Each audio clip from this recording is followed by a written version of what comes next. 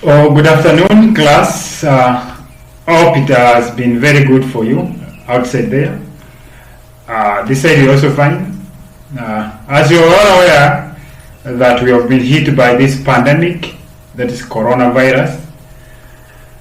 That's why we cannot interact physically, but nevertheless, as human beings, we're supposed to think out of the box and we come up with the solution.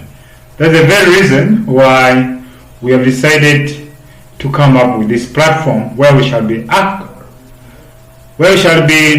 interacting virtually, though we are not going to be seeing each other, but I hope we shall make the best use of this platform.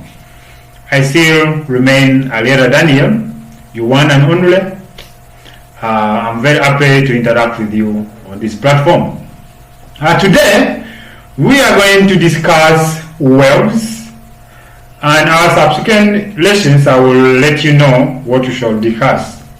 For now, we are going to discuss about waves.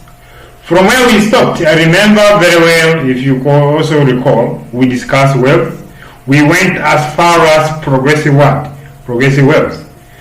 But before we start that discussion of progressive waves, I want us to have a recap of what we studied the other time, because it's very important, it's paramount to have a recap of what we studied. We started with the definition of wave, where we said that a wave is any disturbance that transfer energy from one point to another without the permanent displacement of the medium itself.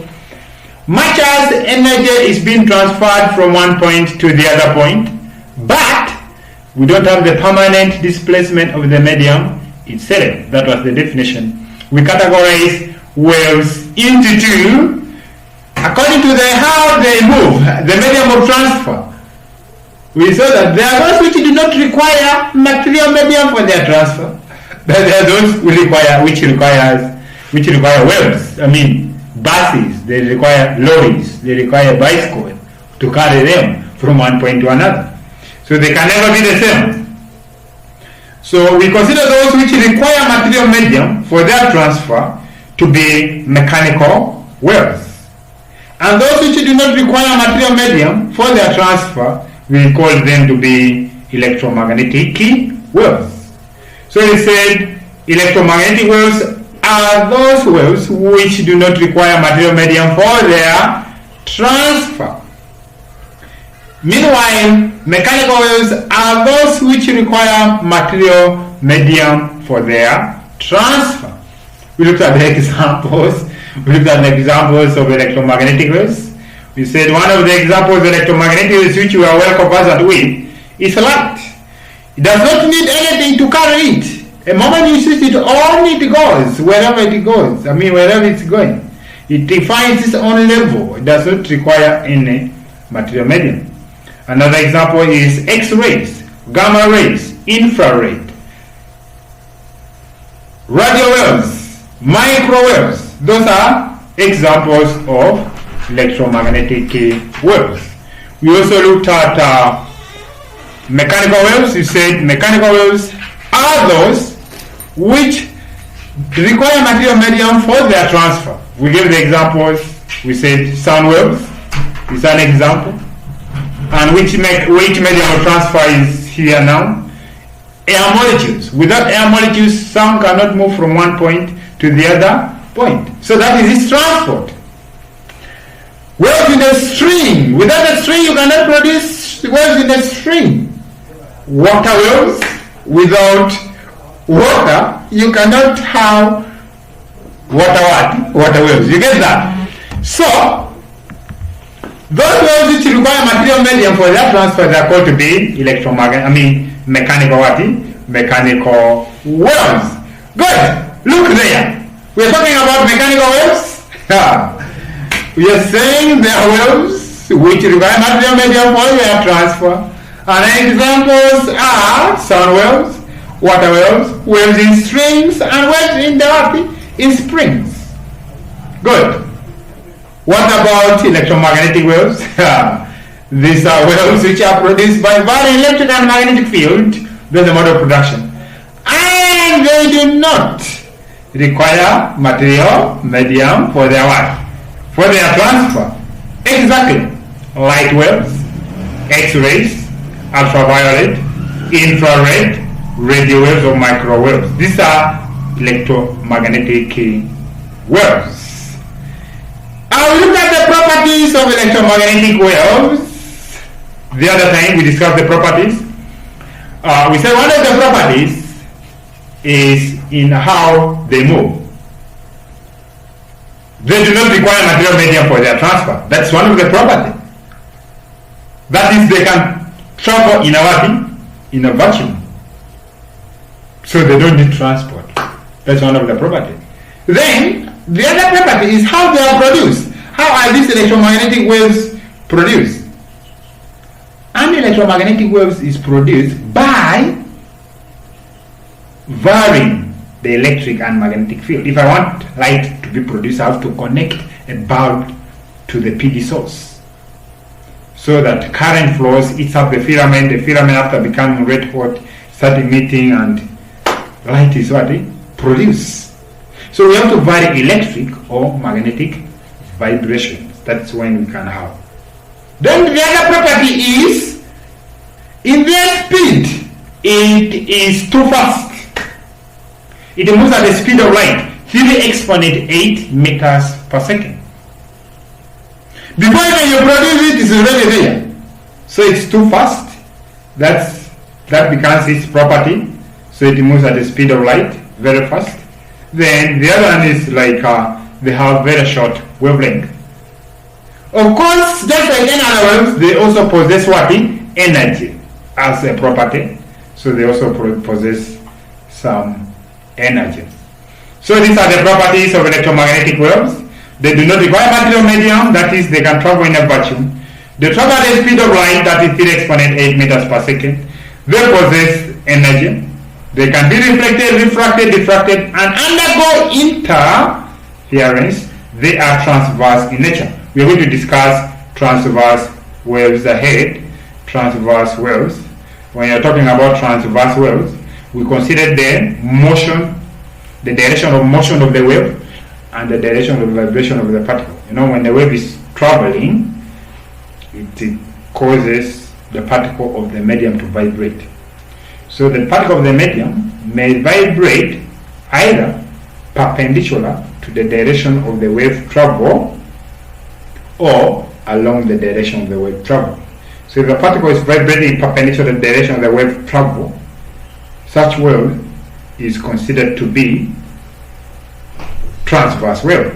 If the direction of vibration of the particle of the medium is along the direction of propagation of the wave, it is considered to be longitudinal waves. We shall discuss that one in few minutes to come.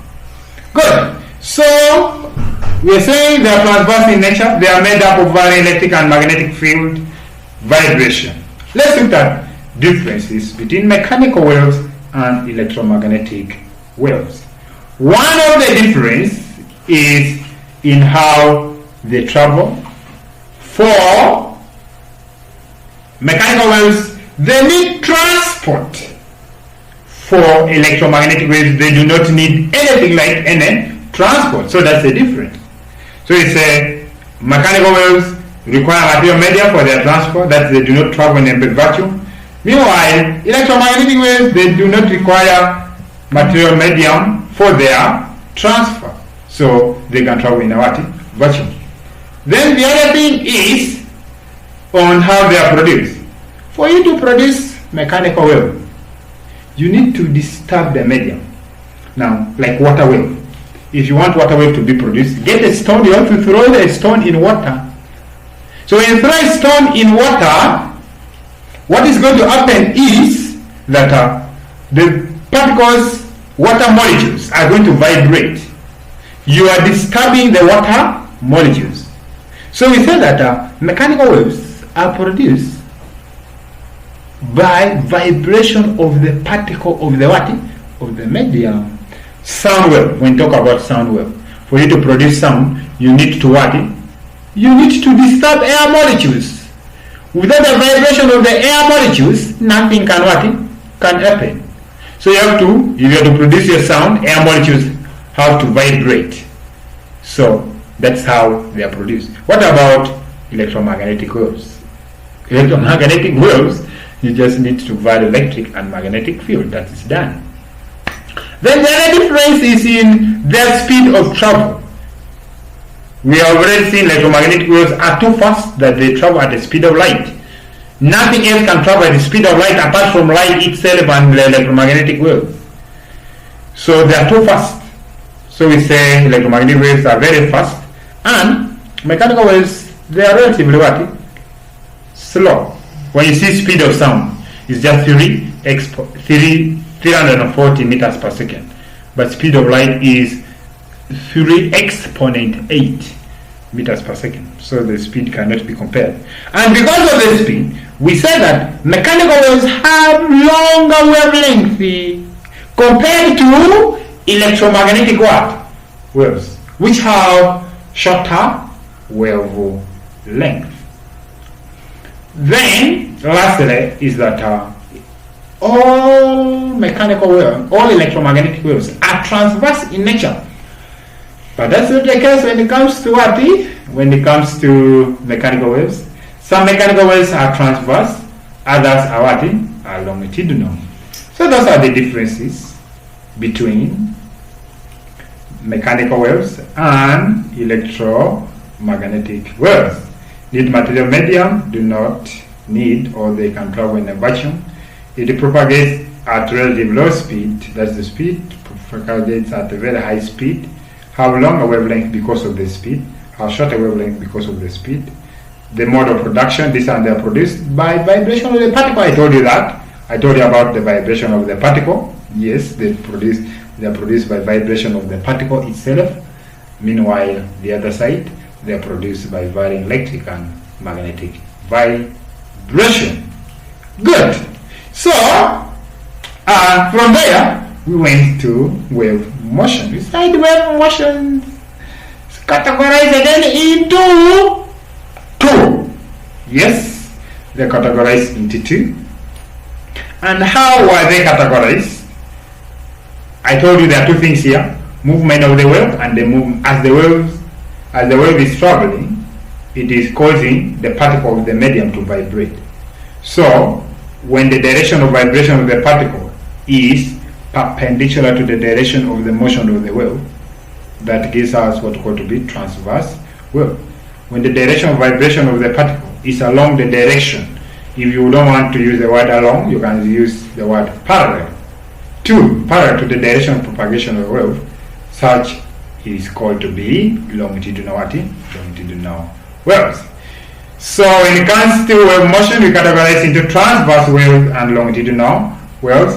We are saying that transverse wave is the one with the direction of vibration of the particle, or the medium is perpendicular to the direction of propagation of the wave. Transverse waves consist of crest and trough. Good. So when you look at this graph, there's this graph here.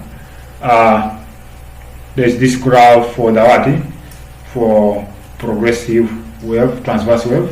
You see, it's given by sine curve. It goes up, then comes down, up, then down again. So this is a displacement time graph for transverse wave.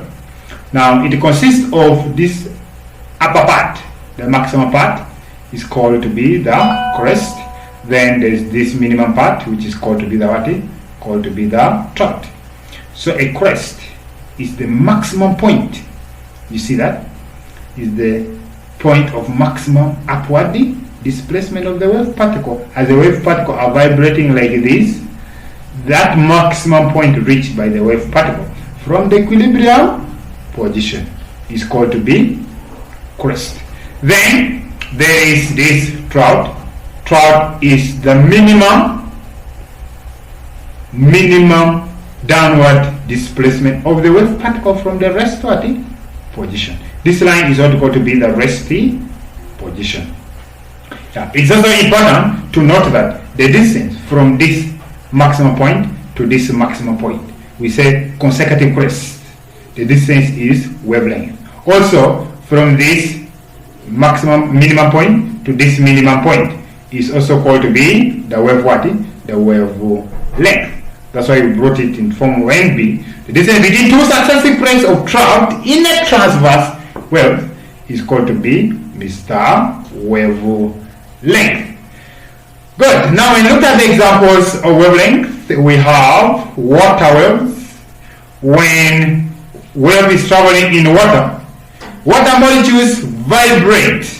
Water molecules vibrate perpendicular to the direction of propagation of the wave. Not only that one, but also we have waves in the string. Not only waves in the string, but we have said all electromagnetic all electromagnetic waves are transverse. The light, the X-rays, the gamma rays, and so forth. They are all electromagnetic waves, and they are all transverse in nature. Good. So that's briefly about transverse wave. We are saying consists of crest. We are defining crest. We are saying it's the point of maximum upward displacement of the vibrating particle in transverse wave. Then trout is the region of maximum downward displacement of the vibrating particle in the transverse wave. This is a representation. Let's see longitudinal waves. We said longitudinal waves are those in which the direction of vibration of the particle of the medium is parallel to the direction of propagation of the wave particle. We are saying parallel or along the direction of propagation of the wave. We said that for transverse it consists of crest and trout, but for longitudinal waves it consists of rarefaction and compression. Consists of rarefaction and and compression. So electromagnetic waves, longitudinal waves consist of crest and rarefactions and compression. When you talk of rarefactions, as you move along longitudinal waves, you'll find that there are points where particles, there are regions where particles are very far from each other, and a region where particles are very far from each other is what we call to be rarefactions. Then there are regions where you find that particles are closely packed together. So when where particles are closely packed together, that region is called to be compression. Please don't forget that longitudinal wave is also the distance between rarefactions, consecutive rarefactions on a longitudinal wave also gives you wavelength, and the distance between consecutive compression also gives you wavelength. Let's look at the representation of longitudinal waves. It is represented as below. This is the region where particles are very far from each other. Particles are very far from each other. Particles are very far from each other. Here particles are very close. Particles are very close. Particles are very close to each other. So region where particles are very far from each other is called to be rarefaction. Where particles are close to each other is called to be compressions. Good. Examples of longitudinal waves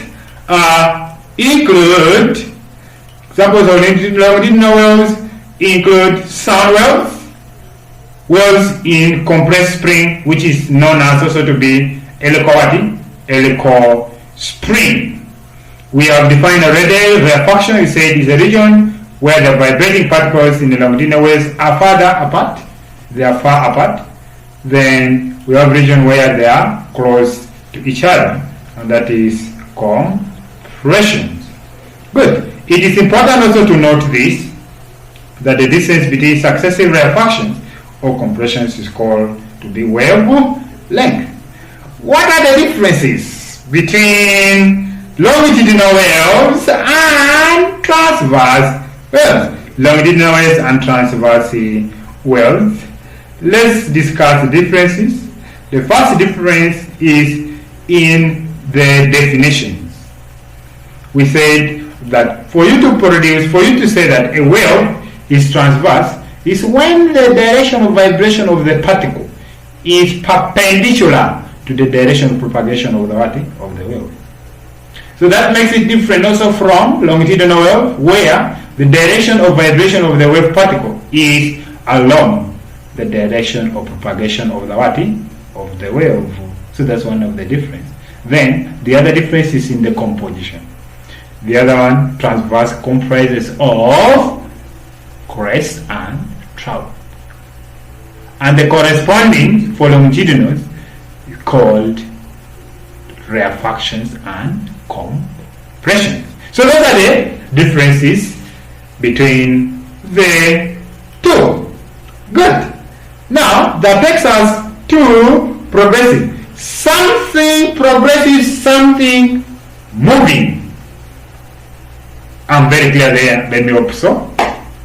Something which is moving is what we call to be progressive. And because of that, we say that a progressive wave is that one that transfers energy from one point to the other point. Especially the first point should be the source.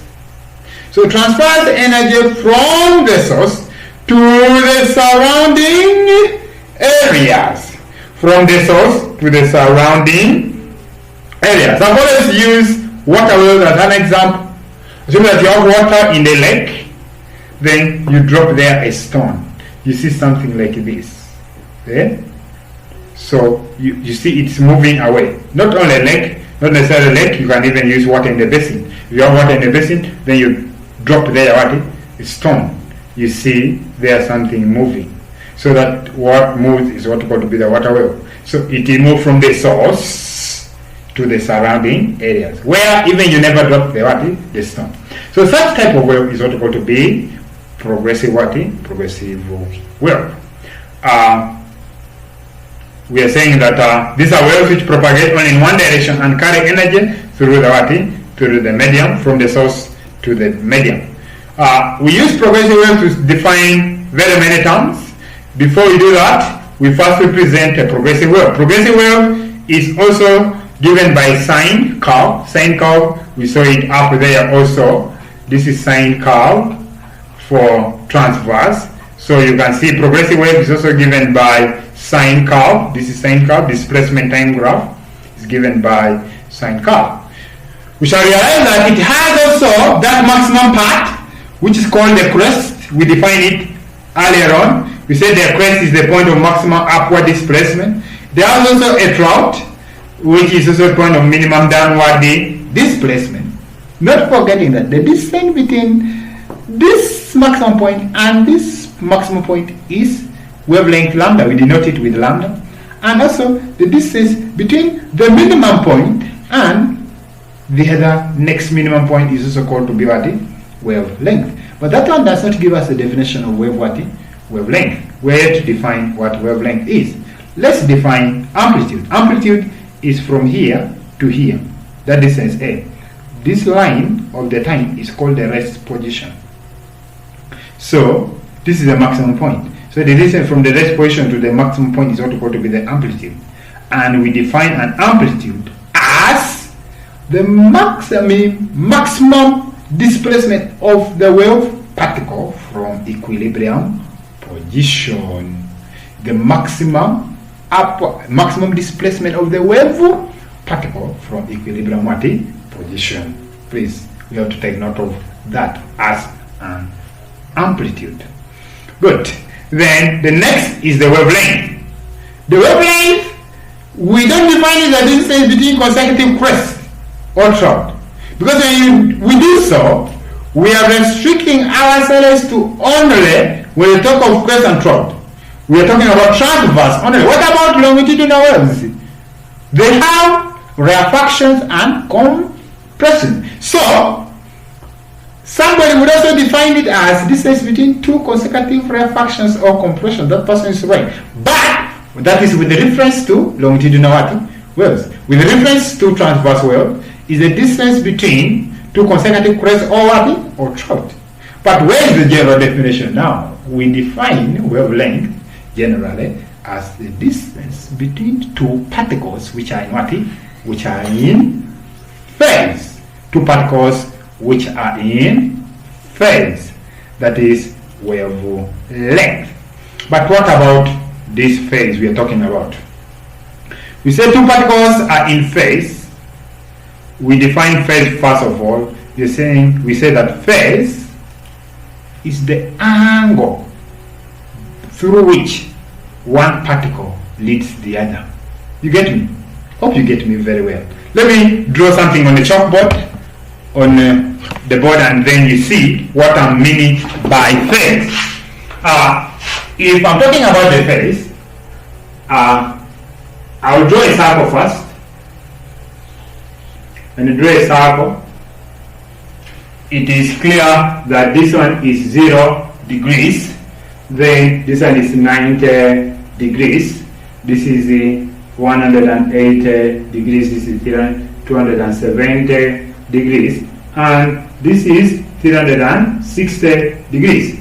Let's say particle A is at this point, particle B is at this point, particle C is at this point, particle D is at this point, and particle E is at that point. So we say that, of course, when you are reading, we read anti-clockwise direction.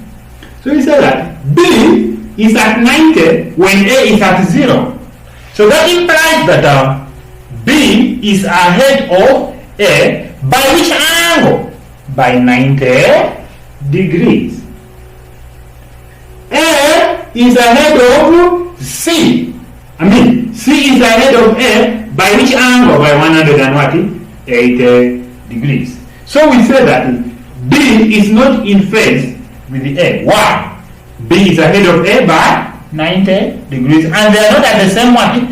They are not at the same point. But what about A and E? Let's check A and E. So A and E are at the same point, and yet E is ahead of what? A by 360 degrees, but they are the same point. So we say that those particles which are the same point and yet they are traveling in the same direction, we say they are in what? They are in phase. When you get back and you draw the other graph for the progressive wave and you relate it to this circle of ours, we shall realize that there is something interesting here. So particle A, if I am to put particle A is at 0. This is particle A. Particle B is at 90 degrees. So this is 90. This is particle B. We have particle C, which is at 180 degrees. We have particle D, which is at 270. Then we have particle E, which is at 360 degrees. So, which of these two particles, which of these four particles are in phase? When you use this and you come back here, you realize that A and E are in what? Are in phase. And so, the distance between these two particles from here to here is what we call to be the wavelength lambda. So the wavelength is the distance between two successive particles which are in phase. So this particle and this particle are also in what? Are also in phase. There is this particle and this particle, they are also in phase. So this distance is also the wavelength lambda. Much as the distance from here to here is wavelength, but we define the wavelength as the distance between two particles which are in what? Which are in phase. So phase is just the angle through which one wave or one particle leads the other. That is a fraction of the angle, fraction of the circle through which one particle leads the other particle, or one particle is behind the other what? The other particle. And you see these two particles are the same point here. This is A at that point, this is E at that point. So they are in what? They are in phase. So that is what we call to be wavelength. Good. Having seen that, we go to the definition, oscillation. Oscillation is just to and fro movement of the particles in the given medium, going forward and coming back. That is one oscillation. Then we have what we call to be the period. Period is denoted by capital T. Period is just the time taken by the wave particle to make one complete oscillation, to make to and fro movement. One complete oscillation is what we call to be the period. Period is measured in seconds. Please, we shouldn't forget that. And it's also important to note that period, that is capital T, is 1 over frequency. That is 1 over F, where F is the frequency. Then, when it comes to frequency, frequency is the number of complete circles made in 1 second. So if a wave makes 20 oscillations to and fro, 20 of them, then you say that the frequency of the wave is 20 hertz. So if I say the frequency of a wave is 70 hertz, what does it mean? It implies that that wave in 1 second can make 70 complete oscillations. That is frequency. So we are saying frequency is the number of oscillations made by a wave in 1 second. It is also important to note that frequency F is 1 over what? Is 1 over period capital T. So we're saying that frequency F is 1 over capital what? Capital T. Then there is this wave front. Let me explain a wave front before we get into its definition. A wave front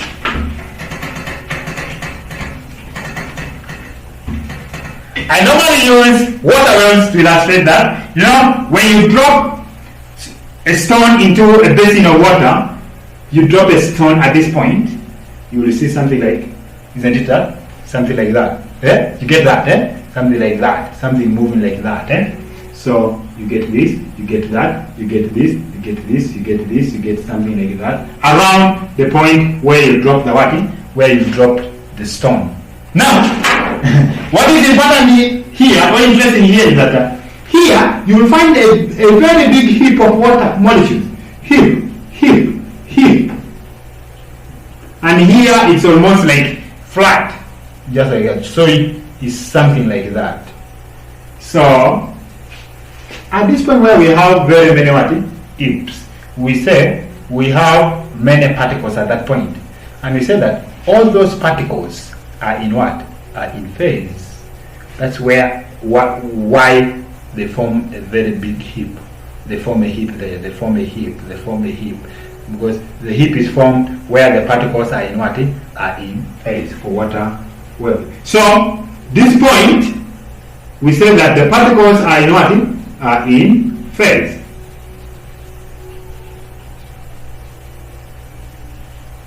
So, I've already explained to you what a phase is. We said when two particles are in phase, they are the same point, and when they are traveling in the same direction. So, the point itself, the region itself, is what we call to be the wave body, the wave front. So we define a wave front as a section through an advancing wave, a region on a wave where all the particles are in what? Are in phase. You get that? A region, a point on a wave where all the particles are in what? Are in phase. All the particles are in phase. That is what we call to be a wave what? A wave front. So that is a wave front. Then it moves hand in hand with a ray. This is a wave front. We're saying that is a section through an advancing wave in which all the particles are in what? Are in phase. It moves hand in hand with a ray. How do we define a ray? We don't define a ray in terms of light, but then when we are to define a ray, we come and consider our wave front. We already defined what a wave front is. There is always a line which is perpendicular to this wave front. A line perpendicular to the wave front. So this line which is perpendicular to the wavefront is called a ray. A line perpendicular to the wavefront is called a ray. So we define a ray as a line perpendicular to the wavefront, and it shows the direction of propagation of the of the wave. So that means that a ray and a wavefront are at right angle. If I will draw that, a ray and a wavefront are at a right angle. So you find this is a ray and this is a this is a wavefront. When you have the wavefront, then you can tell the direction of the of the wave. That is that when it comes to a ray and a wave and a wavefront. Good. I'll leave you with one assignment of which we are going to begin from there, and that assignment is wave equation. The assignment is here. Derive an expression for a wave equation. Please make sure in the next lesson you come with this assignment. V equals to F F lambda. I thank you so much for listening to me, and let me hope we are going to make the best use of this video. Don't dare to miss the next video, because we are going to begin from where we have stopped exactly today. Ensure that you follow the sequence of the video so that at least at the end of the day we get something. I salute you all. See you in the next lesson. Goodbye.